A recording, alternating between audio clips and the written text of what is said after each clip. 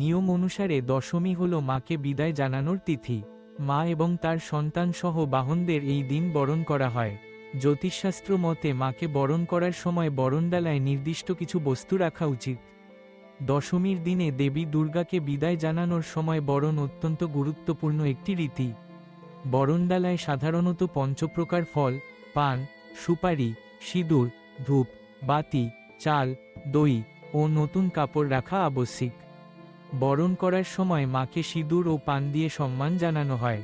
দেবীর চরণে জল, দই ও চাল দিয়ে স্পর্শ করা হয়, এটি শুভ বলে মনে করা হয়। এই নিয়মগুলি মানলে বরণের সময় দেবীর আশীর্বাদ লাভ করা যায় এবং পরিবারে শান্তি ও সমৃদ্ধি আসে। দশমী মানেই বিষাদের সুর। আবারও মায়ের আগমনের দিন গোনা। পঞ্চমীর দিন থেকে নবমী পর্যন্ত মায়ের ছায়ায় থাকার পর দশমীর দিন মাকে বিদায় জানানোর পালা।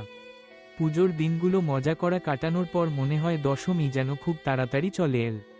কিন্তু নিয়মের বাইরে আমরা কেউই যেতে পারবো না।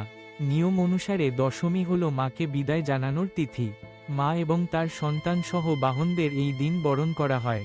জ্যোতিষশাস্ত্র মতে মাকে বরণ করার সময় বরণডালায় নির্দিষ্ট কিছু বস্তু রাখা উচিত। এরই সঙ্গে সঠিক নিয়মে যদি মাকে বরণ করে নেওয়া হয়, তাহলে সংসারে মঙ্গল হয়। সারা বছর মায়ের কৃপা লাভ করা যায়।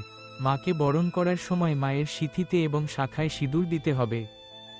হাতে দুটো পান মায়ের মুখে ছুঁয়ে দিতে হবে। মনে করা হয়, দেবী দুর্গাকে মায়ের রূপে বরণ করলে তার পায়ে এবং কন্যা রূপে বরণ করলে তার মাথায় ধান দুর্বা দিতে হবে। তারপর মাকে মিষ্টিমুখ করাতে হবে এবং জল খাওয়াতে হবে। সব শেষে খিলি করা পানটা মায়ের হাতে নিবেদন করতে হবে।